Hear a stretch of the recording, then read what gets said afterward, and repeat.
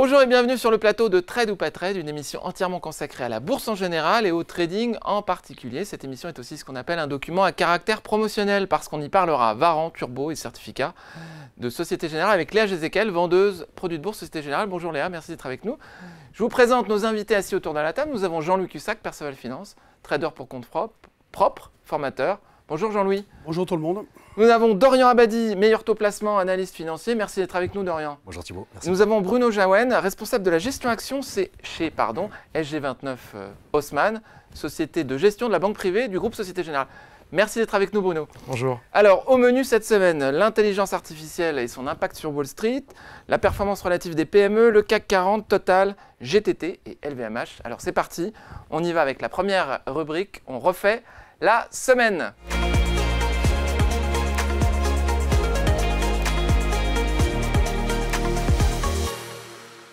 On refait la semaine, on va commencer avec Dorian Abadi, vous allez nous parler de l'intelligence artificielle et de son impact sur Wall Street. Alors évidemment, c'est un impact positif, on le sait un peu, mais vous allez aller dans le détail, j'imagine.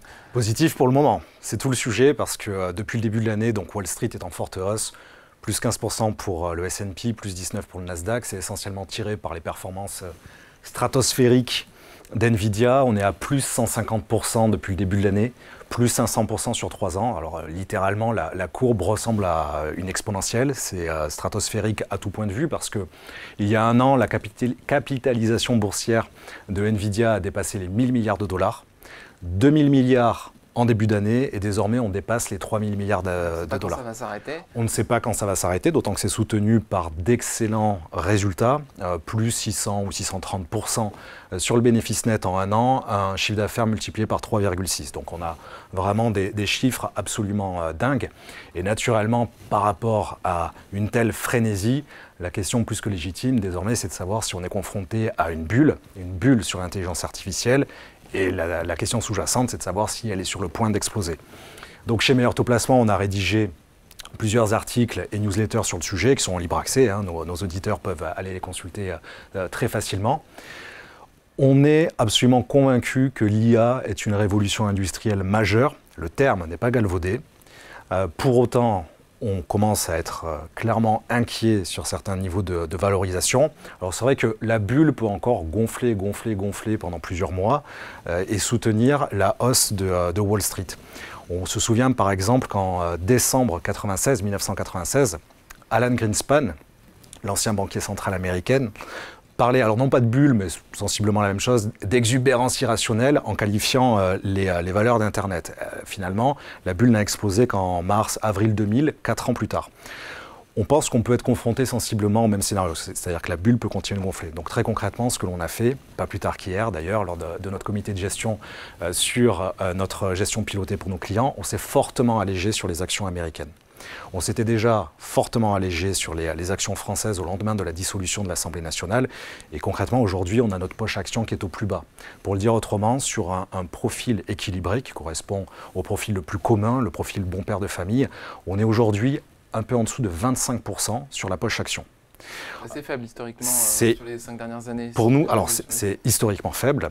Et au-delà de ça, le gros avantage que l'on a avec le contexte actuel, qui est exceptionnel, c'est que les produits de taux continue d'être extrêmement rémunérateur. Donc aujourd'hui, sur un profil équilibré, on est plus chargé en obligations, on est également fortement chargé en non-coté, en private equity, et dans une moindre mesure en immobilier. On arrive à couvrir toutes les classes d'actifs. Revenons sur l'intelligence artificielle. Oui. On voit quand même que cette entreprise, si je ne m'abuse, publie systématiquement et surprend systématiquement à la hausse. Absolument. C'est aussi le moteur de sa croissance et de cette hausse. Absolument. Est-ce que vous pensez que ça va continuer? Ça peut continuer. Notre propos, c'est clairement celui de la prudence depuis de nombreux mois déjà, mais aujourd'hui, plus que jamais.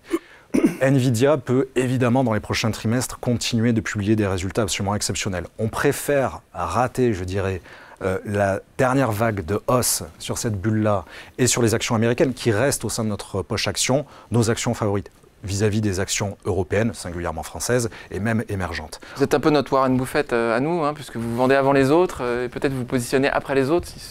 On préfère gestion prudente. Clairement être sur la prudence, d'autant que Warren Buffett est encore aujourd'hui très largement chargé sur Apple, mais il a un petit peu allégé, c'est symbolique, mais il a un petit peu allégé effectivement sa ligne. Vous parliez de Nvidia, l'intelligence artificielle, évidemment c'est le support privilégié des investisseurs aujourd'hui. Je crois sur les produits de bourse, Nvidia représente à lui seul 30% des sous-jacents actions traités, c'est bien ça, Léa? Effectivement, il y a eu un engouement. Alors l'année dernière, c'était Tesla qui était un peu le chouchou de la cote US, et cette année, c'est clairement Nvidia qui a trusté l'appétence.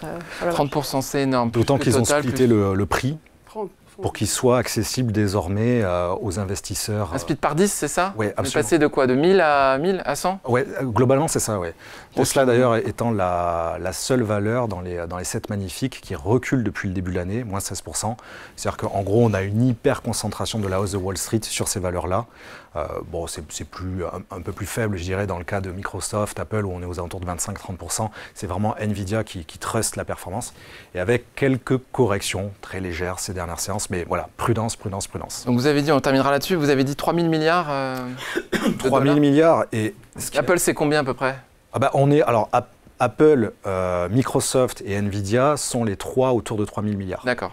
Ok. Mais Nvidia est numéro 1, non? Numéro 1 depuis avant la petite baisse. Ça se joue d'une séance à l'autre, mais effectivement, numéro 1, c'est tout dernier temps. Oui. Merci beaucoup Dorian Badi. Je me retourne vers Bruno Jaouen. Vous allez nous parler de la performance relative des PME. Alors les PME, c'était un peu la classe d'actifs qui était un peu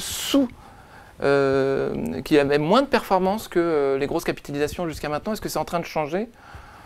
Alors, on avait l'espoir que ça change. En fait, ça s'est brutalement arrêté avec la dissolution de l'Assemblée nationale.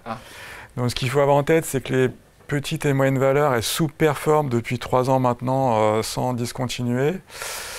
On avait donc un espoir d'un regain d'intérêt de la part des investisseurs sur cette partie de la cote à partir de la fin de l'année dernière et au deuxième trimestre, juste dans l'anticipation de la baisse des taux de la BCE et de la Fed. Et donc on a constaté des flux sur cette partie de la cote en fin d'année et également au deuxième trimestre. Rien que sur le mois de mai, le CAC Small 90, donc un indice représentatif des petites et moyennes valeurs françaises, a gagné 10%, comme on le voit sur le graphique, rien que sur un seul mois. C'est ça, en jaune. Et puis avec la dissolution de l'Assemblée nationale, vous voyez, il a perdu 17% depuis le 7 juin, quand le CAC représenté en blanc perd 6%. Et en rouge, c'est? Et en rouge, c'est l'Eurostock 50. Qui résiste évidemment en toute logique un peu mieux que les valeurs françaises. Donc ce qui s'est passé, c'est qu'on comprend bien que pour les investisseurs internationaux, le marché français c'est tout petit, c'est moins de 3% de la capitalisation boursière mondiale. Et donc avec cette incertitude française sur des élections législatives, ils ont vendu toutes leurs positions avant le window dressing de fin de semestre. C'était compliqué pour les investisseurs internationaux d'aller afficher dans les reportings de fin de semestre des positions sur la France à la veille d'une élection majeure. Et donc forcément, toutes les valeurs les plus domestiques françaises et les moins liquides en ont souffert particulièrement. Donc ce qui explique la chute de 17% du CAC Small 90 depuis le 7 juin. Préalablement à vos élections législatives.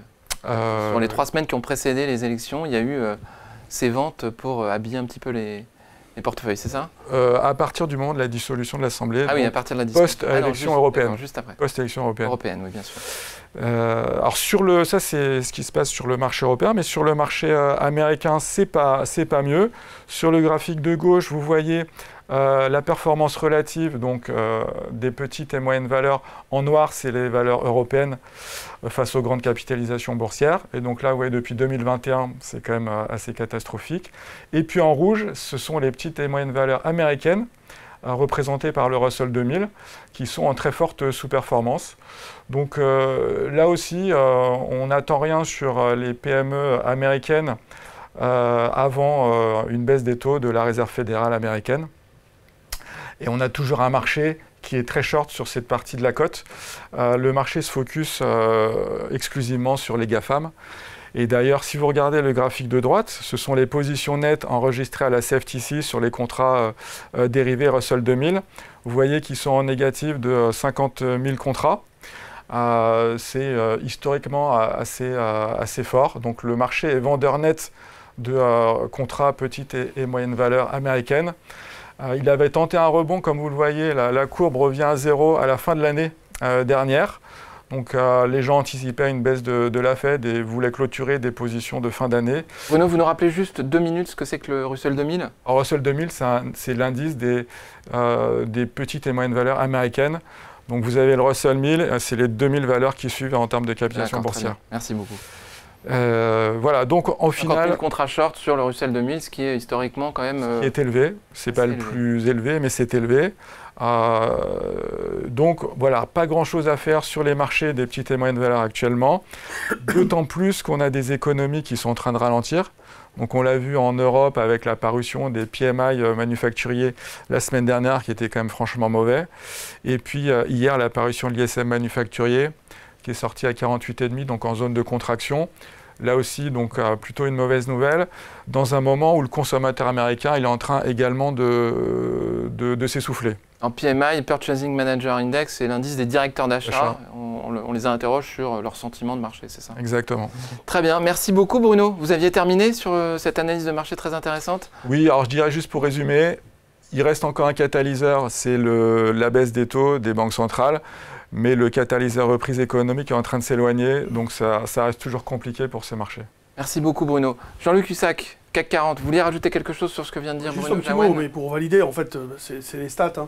La semaine dernière, les flux étaient vraiment sortants, je parle des ETF, small cap sortants, négatifs, alors que le large cap, il y avait encore des flux entrants importants, notamment sur les États-Unis. Donc vraiment, cette divergence qu'on voit là, on le voit aussi dans ces statistiques ETF, donc les ETF, les large cap, les small cap, la divergence, sortant d'un côté, fortement entrant de l'autre. Donc voilà, c'est une forme de flight to quality à l'intérieur de la classe d'actifs. On va vers les grosses valeurs et on faut détruire les petites valeurs. Déjà, les États-Unis, quand ça va mal, par exemple en Europe, ils auront tendance à vendre l'Europe. Donc c'est pas des grosses boîtes non plus, mais ils vont vendre l'Europe et se renforcer chez eux. Marché on le voit sur les large caps, sur les grosses, sur peut-être même les 10 plus belles. Et voilà, et cette divergence augmente au fur et à mesure que le temps passe. Alors sur le CAC 40, on va peut-être passer au graphique du CAC 40. Et Jean-Louis va nous faire un petit commentaire. Ouais, sur l'ambiance générale, c'est-à-dire que moi ce à quoi je m'attendais, c'est on était passé donc nœud baissier sous 8000 et puis vendeur sous 7770. Sans penser que le marché allait partir en vrille, c'est-à-dire qu'il y avait parce qu'il est toujours bien construit ce marché. Si vous voulez, il n'y a pas d'effet domino potentiel. Et on l'a vu dans les phénomènes, dans les moments entre guillemets de panique, enfin pas de panique, mais de baisse un peu marquée. Il n'y avait pas de gros flux continus. On avait, quand on regardait par exemple les valeurs, à part les premiers jours où les valeurs sensibles à la politique future promise par le Rassemblement national sur l'énergie, etc., ont fait que Engie, par exemple, je parlais d'Engie la fois dernière en disant pourquoi pas acheter vers 13, entre 14 et 13, par exemple. Eh bien, les 13, ils ont été atteints à une vitesse incroyable. Donc, on n'a pas eu de relève vendeur puissant, beaucoup de situations d'attente. Et pourquoi? Parce que déjà, la volatilité implicite est montée immédiatement. Les gérants, ça fait un bout de temps qu'ils étaient méfiants, ils étaient protégés, ils avaient déjà beaucoup allégé. Donc, ils étaient plutôt dans l'idée, si on baisse, je vais acheter. Seulement, au début, c'est toujours la même chose. On baisse avec de mauvaises nouvelles. Donc, le gérant, il ne va pas acheter immédiatement. Il va temporiser, il va attendre que ça se calme. Vous voyez, donc c'est normal qu'on se retrouve avec un marché comme ça qui, à un moment donné, accélère un peu, mais pas beaucoup. Donc ce marché, il reste fébrile, hésitant, il va le rester certainement, tant qu'on n'a pas au moins le deuxième tour. Même si les choses tournent pas forcément dans le sens qu'on pouvait alors espérer. Il n'y a plus trop d'espoir aujourd'hui, on sait ce qui va en être. Mais il y a des garde-fous, hein, attention, à plein de niveaux, que ce soit au niveau de l'Europe, de la défense, enfin bon. Ça ne peut pas partir comme ça dans une situation chaotique. Ça peut être difficile à gouverner, mais le marché l'anticipe et il a déjà sanctionné de nombreuses valeurs avec même des risques additionnels qui sont vraiment pris en compte par les investisseurs et peut-être que ce qui va émerger ensuite, c'est pourquoi pas revenir sur ces valeurs qui ont fortement baissé. Bon, je pense à Bouygues par exemple ou Vinci si elle continue ou Engie. et il peut y avoir des retours d'intérêt. Je pense que le marché peut continuer comme ça à tenir, si vous voulez, cette zone. En tout cas, c'était mon scénario principal à partir du moment où on avait cassé. Ce graphique, c'est la poursuite de celui que je vous avais montré précédemment. Donc votre gros support, là, c'est la double ligne bleue, c'est ça? C'est aux alentours de 7400 quelque chose? Là, voilà, oui, on le voit, mais il s'est constitué tout seul. Hein, c'est pas, avec le double appui et le point, si vous voulez, du gap. Vous vous souvenez le gap LVMH, oui, bien sûr. Je l'avais appelé comme ça, et vous voyez, comme par hasard, on est venu le combler. Ça. Et rebondir dessus. Et ce trait, je l'ai continué, hein, c'est tout ce que j'ai fait, hein, si vous reprenez les vidéos. Donc voilà, donc je pense qu'il ne faut pas penser que ça puisse partir en vrille d'une manière forcée, hein, comme je l'ai parfois entendu, où il y a vraiment parfois des gens qui étaient vraiment très très négatifs. Donc au pire, j'ai envisagé 7000, donc 320, si vraiment il y avait quelque chose qui tournait mal, la zone 320-285, ça serait déjà à 285, 11,7% de repli par rapport au plus haut. Ouais, c'est beaucoup. Donc avec des valeurs qui ont perdu le double parfois. Hein. Donc voilà, il y a peut-être des zones d'achat. Alors c'est sûr que c'est encore trop tôt pour se lancer dans les grandes manœuvres. Et à l'achat, hein, je parle. Donc tout le monde un peu temporise son envie d'acheter. Mais je pense qu'il y a quand même aujourd'hui de très grosses opportunités sur les marchés, en commençant par les plus belles. Et puis après, on verra si parmi les mid et small, il y a des affaires à faire, probablement. Merci beaucoup Jean-Louis. Dorian, vous vouliez rajouter quelque chose? Je rejoindrai le propos final sur le fait qu'il y a de belles opportunités, mais surtout, il y a un indicateur absolument critique à surveiller en ce moment, c'est ce qu'on appelle le spread, c'est-à-dire l'écart de taux entre l'obligation allemande à 10 ans et l'OAT française à 10 ans. Le seuil critique étant de 80 points de base, 0,80%. Alors, depuis le rebond boursier d'hier matin, on est tombé à 0,74, 0,75, donc un petit peu en dessous de ce seuil critique de 80 points de base. On était passé au-dessus avant? On était passé au-dessus juste avant le premier tour. Évidemment, la grande question, c'est de savoir si le spread va à nouveau se réduire ou s'élargir après le second tour. S'il s'élargit, on peut s'attendre à ce que le CAC à nouveau prenne une claque baissière. Et s'il se réduit, c'est plutôt je n'irai pas jusqu'à dire un signal d'achat, en tout cas c'est plutôt positif, c'est plutôt bon signe. Pour le dire autrement, dans les deux cas, ça sous-entend que les marchés qui nous tiennent par la dette évitent les scénarios du pire et donc sont relativement rassurés. La mesure du risque relatif entre l'Allemagne et la France. Et on voit d'ailleurs que l'euro ne se dégrade pas tant que ça. Il est tenu par tout le reste de l'Europe aussi. Il y a la BCE derrière. Il y a une force de rappel, c'est l'idée qu'on va baisser 2 fois les taux aux États-Unis et que le dollar va finir par s'affaiblir. Si vous voulez, c'est un peu, la base. Toutefois, je trouve que si on pouvait considérer donc l'euro un peu comme un indice de confiance, plus ou moins élevé, eh bien actuellement, elle n'est pas si dégradée que ça. Bruno, le spread dette allemande, dette française, c'est un indicateur que vous regardez dans votre rôle de responsable de la gestion action? Actuellement, c'est primordial, mais ce qu'il faut avoir en tête, c'est le calendrier à venir. Donc là, il va pas y avoir de majorité claire à l'Assemblée nationale, et on va avoir le vote de la loi de finances en septembre. Donc ça pourrait amener un petit peu de volatilité sur les marchés, d'autant plus qu'à partir de fin octobre et courant novembre, les agences de notation, Fitch et Moody's, vont revoir la notation de la dette française. Et comme elles avaient acté le fait de ne pas dégrader la note française grâce à la stabilité politique en France, il y a une question qui peut se poser à ce moment-là. Donc le spread Bund-OAT va être à regarder jusqu'à la fin de l'année. Même si on a vu qu'une dégradation de la note française n'aboutit pas forcément à une montée des taux. Pas systématique. Il y a une perception, mais c'est pas, la dernière fois, ce n'était pas le cas. Le problème, c'est que là, si on n'a pas de gouvernement qui est capable de garantir une trajectoire de la dette avec un déficit budgétaire à 5,5, là, c'est un peu différent. Oui, parce qu'il y a de manière sous-jacente un certain nombre de raisons. On va terminer là-dessus. S'il n'y a pas d'accord sur le budget, on est bien d'accord. C'est ce qui était prévu qui se poursuit. Mais soumis au vote, non? Enfin, on verra. On n'est pas des spécialistes constitutionnels. Normalement, c'est... Non, justement. On va passer à la rubrique Le Zoom sur...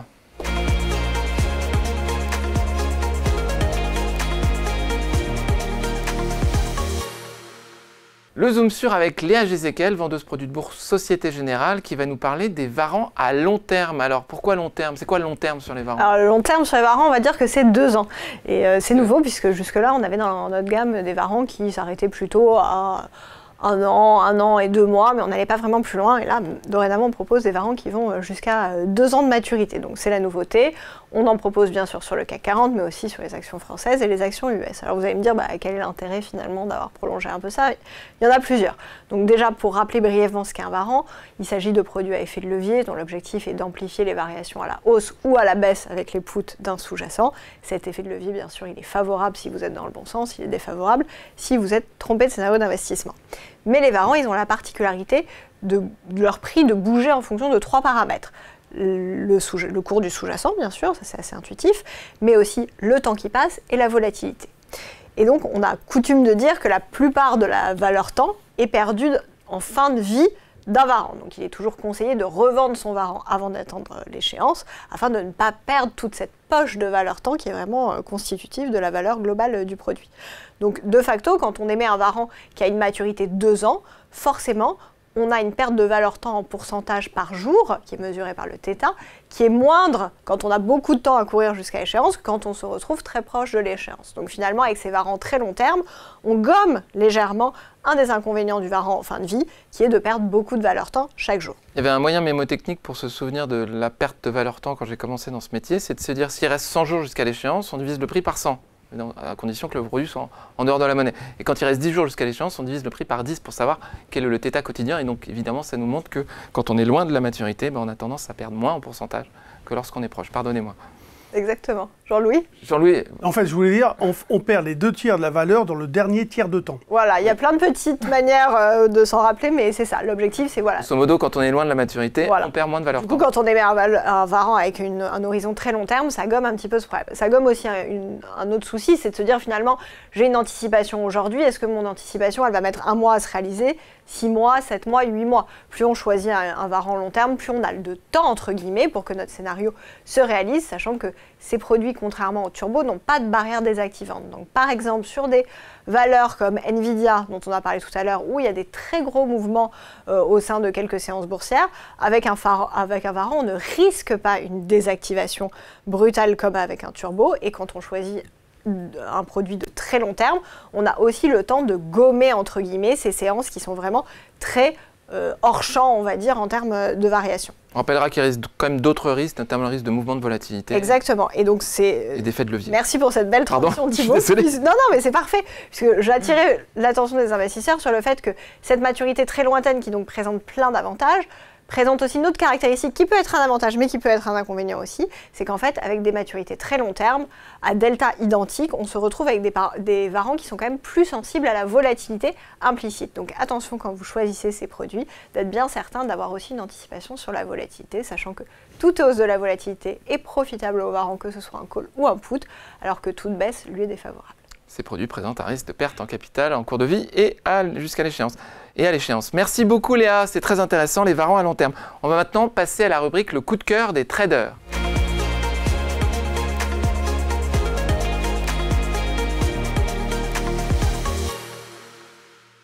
Le coup de cœur des traders, vous connaissez le principe, chacun de nos invités a 60 secondes, pas une seconde de plus, pour convaincre les 2 autres sur la validité d'un scénario d'investissement qu'il va nous présenter. On va commencer avec Dorian Abadi qui va nous parler de Total.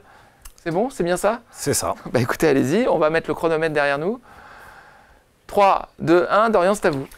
Total, évidemment, valeur exceptionnelle qui a été tout de même un petit peu malmenée suite à la dissolution de l'Assemblée, alors beaucoup moins que les Vinci, les médias ou les bancaires, mais tout de même, on a subi une baisse de 6% qui s'est réduite à 3% ces derniers jours, en particulier depuis hier matin.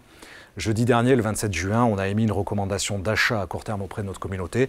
Un achat sur repli tout à fait classique, avec pour point d'entrée, à l'époque c'était les 62,50, aujourd'hui on est autour des 63, sensiblement à les mêmes niveaux. Et puis surtout pour objectif, donc à très court terme, les 65,50. Par extension, on pourrait aller viser les 66,80 et les 69,80 respectivement. Ça nous distingue 3, 5 et 10% de potentiel. Le stop loss sur les 59 €. On a utilisé un turbo call avec un effet de levier relativement réduit parce qu'on était juste avant le premier tour, fois 1,7. Généralement, on est plutôt autour de 2 ou légèrement au-delà. Donc que ce soit à court ou long terme, on pense que Total reste une belle valeur. Merci beaucoup Dorian. Alors nous avons à ma droite un partisan de ce scénario. Ah, tout le monde est d'accord. Bruno, c'est à vous. Pourquoi vous êtes d'accord avec Dorian? Alors, il faut savoir que les prix du baril ont rebondi, et Total, elle a été affectée par la dissolution de l'Assemblée nationale et les incertitudes politiques autour de la taxation des superprofits. Donc, par exemple, nous, dans nos gestions, qu'est-ce qu'on a fait? On a allégé Total et on a mis du Shell à la place. Donc, Total, il y a un réservoir de hausse du titre assez intéressant. Vous avez 5% de dividendes, c'est une valeur qui a un peu de 7, donc effectivement on est plutôt acheteur. Donc, votre raisonnement, c'est de la démarche que vous avez eue au sein de votre gestion. Vous pensez qu'il y a plusieurs gérants qui l'ont eu et du coup ça fait baisser un peu le titre et que du coup c'est-à-dire que le marché n'a pas voulu voulu prendre le risque d'aller sur Total, a préféré d'autres valeurs pétrolières. Pendant ce temps-là, le cours du baril a commencé à rebondir. Total n'a pas rebondi. Donc maintenant que les autres pétrolières ont bondi, comme Shell a rebondi notamment, revenir sur Total. Très intéressant. Jean-Louis, c'est la configuration graphique qui vous plaît? On a l'impression que c'est limpide. Non, mais moi je me suis déplacé à l'achat un peu plus bas. La fois dernière, Dorian avait proposé le pétrole. Il avait baissé un petit peu et il est reparti très fort à la hausse. Donc le scénario a été bon. Bon, on ne peut pas toujours acheter au plus bas ou vendre au plus haut, hein. Mais donc c'était parfait. En l'occurrence, non, mais en l'occurrence, j'ai fait la fois dernière un peu la même chose. C'est-à-dire que je me disais, bon, il peut peut-être baisser un peu plus. Bon, il est allé encore un tout petit peu plus bas. Mais le stop n'a pas été déclenché, c'était parfait. Donc, voilà, moi, j'ai placé des limites vers 57, 77. Des fois qu'il y a des trous d'air. Vous voyez, c'est toujours pareil dans cette période de traumatisme, de certitude, de fébrilité. Et avec des carnets d'ordre qui sont parfois extrêmement manquants de densité. Hein, ça, c'est évident. Hein. Donc, voilà, c'est une valeur qu'il faut chercher à acheter lors de faiblesses dues au pétrole, dues à un choix d'arbitrage temporaire entre les États-Unis, les valeurs américaines, les valeurs françaises, européennes.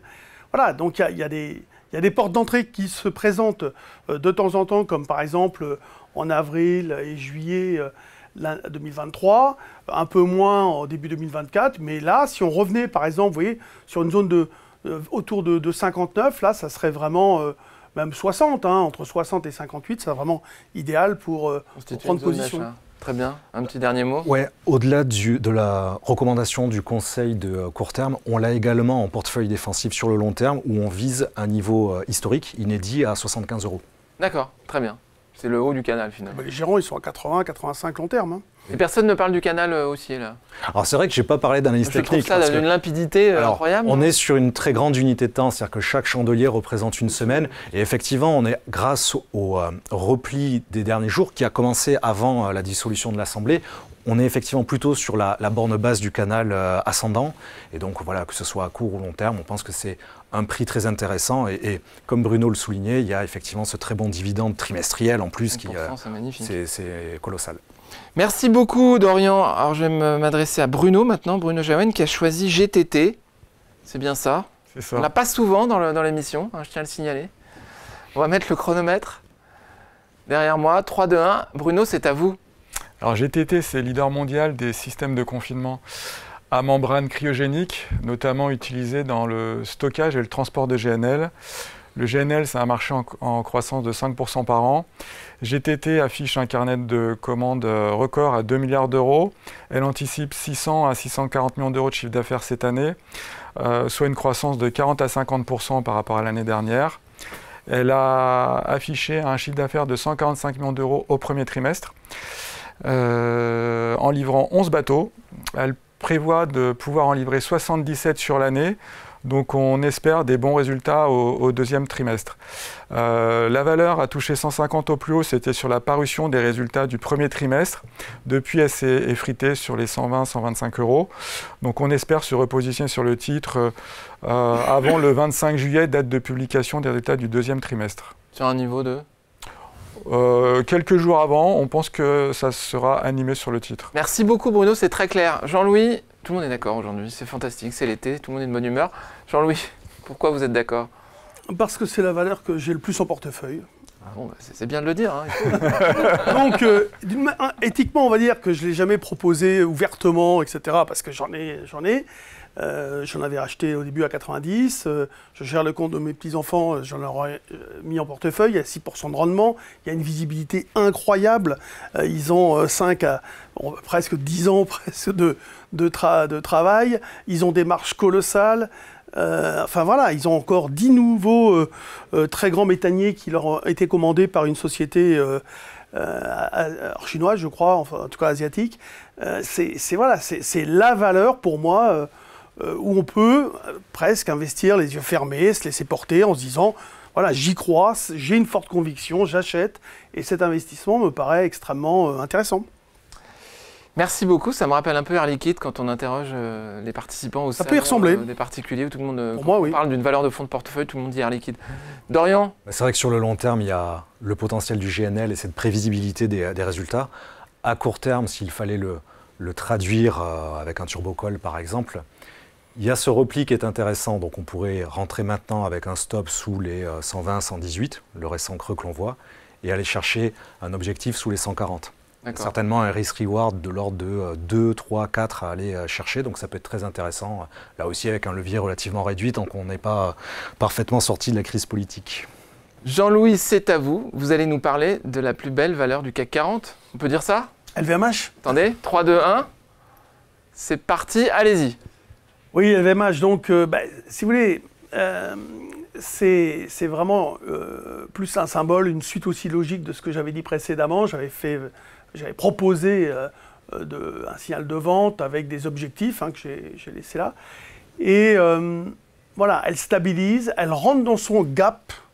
Oui, tout à l'heure, vous voyez, le CAC, il avait comblé le gap. Là, LVMH ne l'a pas encore comblé. Mais bon, la baisse est quand même assez importante. Bon, tout le monde connaît LVMH, ses qualités. Elle n'est pas sensible aux mesures qui pourraient être prises en France, puisqu'elle fait une grosse partie la majorité de son chiffre d'affaires à l'international quand même. Il y a une liste d'ailleurs de valeurs comme ça qui sont assez sensibles, qui existent. Bon là, l'idée, ça serait d'acheter dans la zone 700, 600, même 710, pourquoi pas, d'y aller doucement, mettre par exemple un tiers de ce qu'on veut faire et compléter au fur et à mesure. Donc on peut le faire avec les outils adéquats. Merci beaucoup Jean-Louis. Alors, Bruno, Dorian, voilà, c'est formidable, c'est juste avant l'été. On est tous d'accord. Bruno, pourquoi vous êtes d'accord? LVMH, tout le monde l'a dans son portefeuille quand on est gérant Alors tout le monde l'a, bien sûr. Le secteur du luxe se porte pas très bien. Donc, quelques bémols quand même, oui. Oui, c'est pour ça qu'elle a retracé. Le secteur du luxe se porte pas bien aux États-Unis, en Europe, et puis en Chine, c'est pas flamboyant. Vous avez vu que certains youtubeurs ont été interdits de publicité de marques de luxe. Donc le sentiment se retourne un petit peu côté Chine également. Mais au sein du secteur du luxe, il y a deux valeurs qui sont incontournables. C'est le premium, et donc c'est LVMH et Hermès. Voilà, et sur ces deux titres-là, on serait plutôt acheteur. En plus, LVMH se paye 22 fois les bénéfices, c'est sa moyenne historique. C'est vraiment le premium sur le luxe, et on aura les résultats le 25 juillet prochain. 23, d'accord. La dernière fois, ça lui a porté chance, visiblement. Oui, tout à fait. Vous parlez d'Hermès, vous parlez de LVMH, vous ne parlez pas de Richemont. Bernard Arnault s'y est intéressé. Oui, Richemont s'en est bien sorti, c'est vrai. Nous, on reste plutôt sur Hermès et LVMH. Très bien, parfait. Ouais, donc Jean-Louis, Dorian, d'abord, qui est d'accord avec vous, donc... Très simple, on l'a rentré en portefeuille de long terme il y a peu de temps, justement pour profiter de ce repli fortement baissier, en considérant, pour vulgariser, que c'était les soldes sur LVMH. Donc très bien, forcément, je ne peux pas aller à l'encontre par transparence. Jean-Louis, un dernier mot? Alors, les résultats, c'est le 23 juillet, et on est dans la quiet période, c'est où Bernard Arnault n'achète pas. Et il a acheté ces derniers temps constamment, montrant ainsi quand même sa confiance dans son groupe. Ce sont des données publiques, c'est ça? Oui. Bien sûr, d'abord c'est une obligation de la part des dirigeants de déclarer leurs interventions sur leurs valeurs. Donc vous pouvez le trouver aisément auprès de l'AMF, c'est indiqué sur leur site.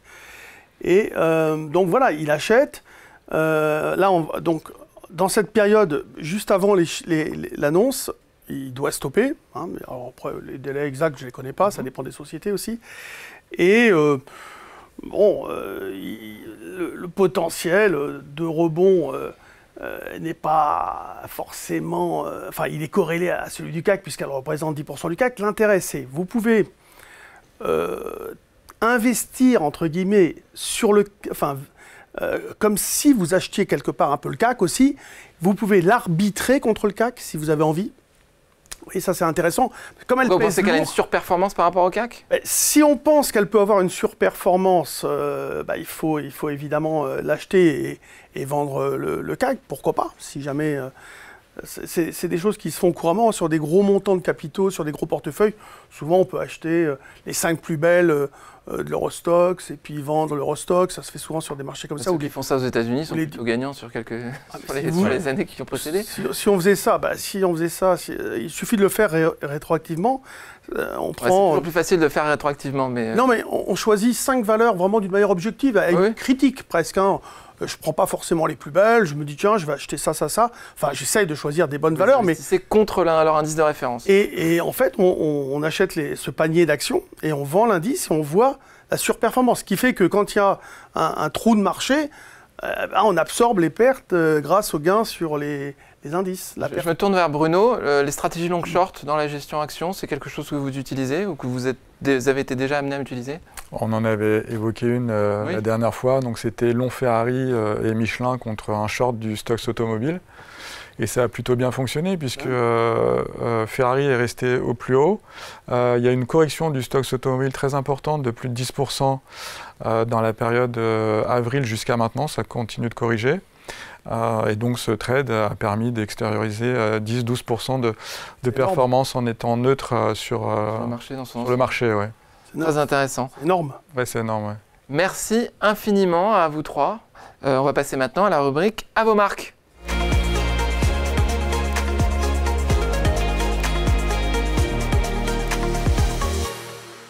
Rubrique à vos marques, le quiz avec Léa Gézéquel, vendeuse produits de bourse Société Générale. On l'a déjà dit plusieurs fois, mais vous allez nous poser des questions sur les grands chartistes. Alors je sais qu'il y en a qui sont férus d'analyse technique. Ça a l'air de beaucoup plaire à Dorian.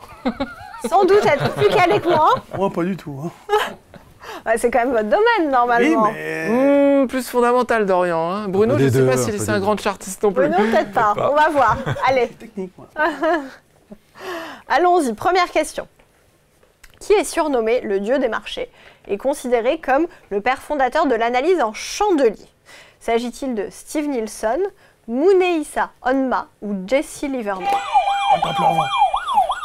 Dorian. Steve Nielsen. Non. Ah non. Alors le 2. Le 2, ouais. Oui, très bien. Jean-Louis, hein, désolé Bruno. J'ai pas cru. Effectivement, alors il y avait une subtilité. Donc, ce monsieur dont j'ai beaucoup de mal à prononcer le nom, Munehisa Onma, était un consultant financier pour le gouvernement japonais au XVIIIe siècle. Et il faut savoir en fait que l'analyse japonaise est vraiment pionnière dans le domaine de l'analyse graphique, puisque avec ces fameuses bougies japonaises, le terme a évolué après, on a commencé à s'en servir pour représenter et anticiper les cours du riz. Il faut savoir que les cours du riz, c'était les premiers marchés à terme, les marchés de futur qu'on a pu observer. Et donc cette technique, elle est restée assez méconnue aux yeux de l'Occident jusqu'en 1990, et c'est à ce moment-là que Nielsen l'a popularisé, l'a dévoilé à la suite d'un voyage professionnel au Japon. Donc voilà, Dorian, vous n'étiez pas très loin. On parle des chandeliers japonais, on pouvait supposer que c'était un inventeur absolument plutôt asiatique. Dorian, voyons. Je me suis reproché après coup. Allez, 1 point pour Jean-Louis et 0 pour les autres. Deuxième question. Deuxième question. Quelle théorie d'analyse technique publiée à la fin du 19e siècle identifie 3 tendances majeures à échéance de temps différentes sur le cours d'une action? S'agit-il de la théorie de Dow, la théorie des angles de Gann ou la théorie des vagues d'Elliott? Dorian est très rapide. Déchaîné aujourd'hui. La théorie de Dow. Tout à fait, bravo. Donc Charles-Henri Dow, je vous le rappelle, c'est un journaliste américain cofondateur du fameux Wall Street Journal et qui a également donné son nom à l'un des indices les plus connus. Effectivement, il est considéré donc comme le père de l'analyse technique puisque sa théorie identifie en fait 3 tendances majeures sur le cours d'une valeur mobilière. Et là, vous pourrez peut-être apporter plus d'éléments que ma réponse, mais il y a une tendance primaire qui, elle, est à la hausse ou à la baisse sur une valeur et qui dure au moins 1 an. Au sein de cette tendance primaire, on va sous-diviser en fait d'autres tendances. La tendance secondaire, elle, va avoir un horizon de temps de 1 à 3 mois et correspond et correspond finalement à une correction de la phase primaire, tandis que la phase tertiaire, elle, beaucoup moins importante, dure au maximum quelques semaines et est contenue elle-même dans la tendance secondaire. C'est donc une sorte de poupée russe de tendance sur les... Cette théorie de dos n'est pas contradictoire avec les vagues d'Elliott? Ça, je ne saurais pas dire. Mais en tout cas, vague d'Elliott, c'est vraiment pas mon On a domaine. pas mal d'Elliotistes sur le c'est cinq. plateau. Ah, Oui, mais c'est oui. 1, 2, 3, 4, 5. Et là, on nous dit que finalement, il n'y en a que 3. Alors. Donc la 4e et la 5 d'Elliott n'existent pas. Alors, 1 point pour Dorian, 1 point pour Jean-Louis. Troisième question. Quel indicateur d'analyse technique a été inventé par John Wells Wilder? S'agit-il de la moyenne mobile, l'oscillateur stochastique ou le RSI? Bruno se lance, mais sans conviction, j'ai l'impression. Oscillateur stochastique. Non, non, Dommage. bien tenté. Jean-Louis. si.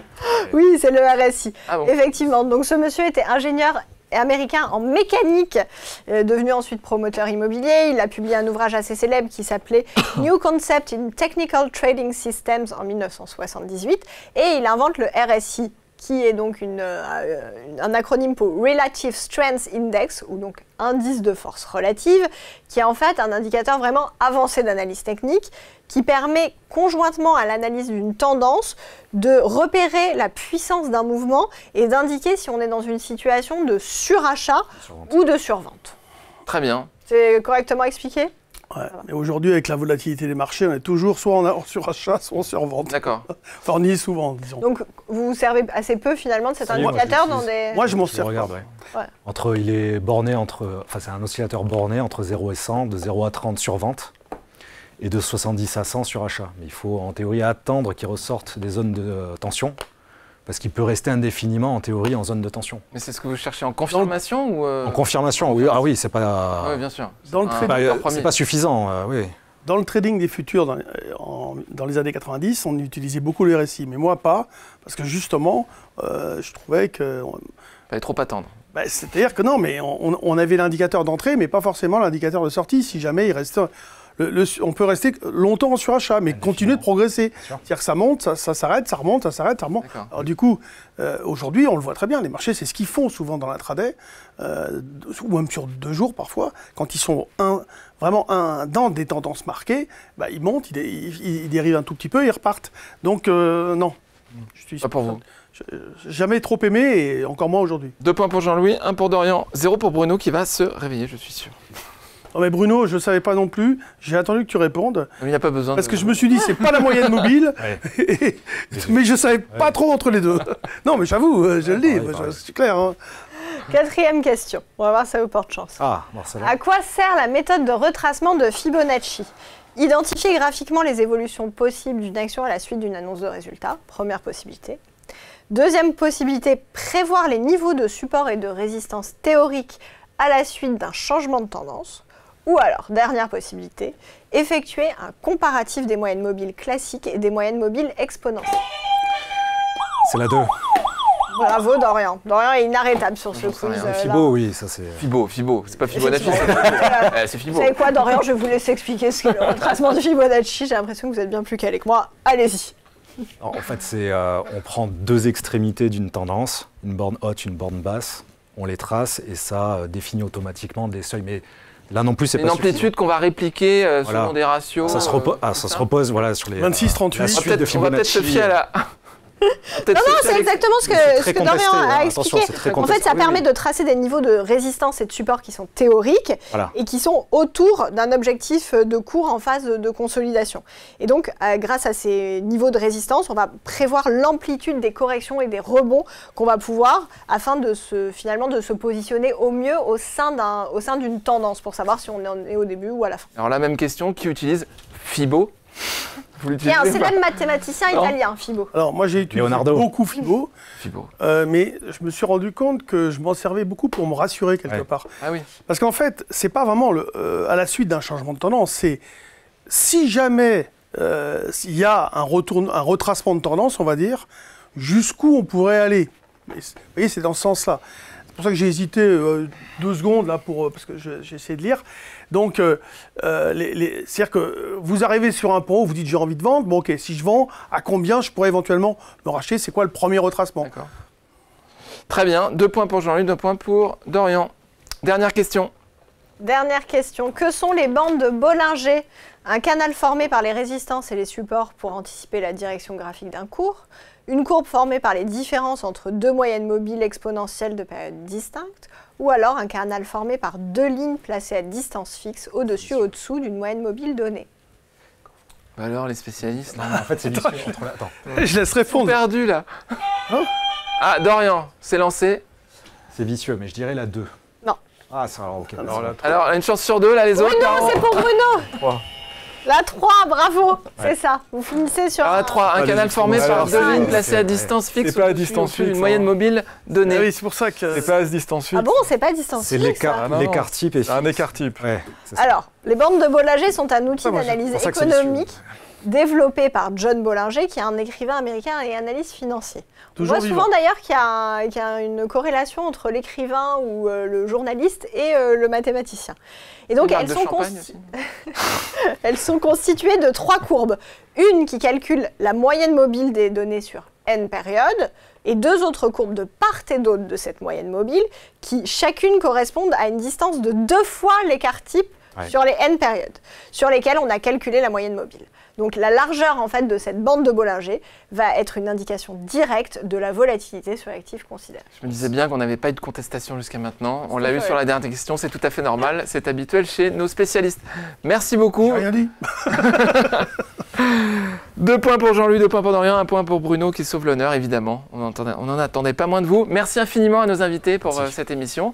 Si vous avez, vous autres téléspectateurs, envie que nous parlions d'une action ou d'un sous-jacent en particulier, n'hésitez pas à nous écrire à info@sgbourse.fr. On se fera un plaisir d'en parler. Merci beaucoup et parlez de cette émission autour de vous. Si elle vous plaît, à bientôt.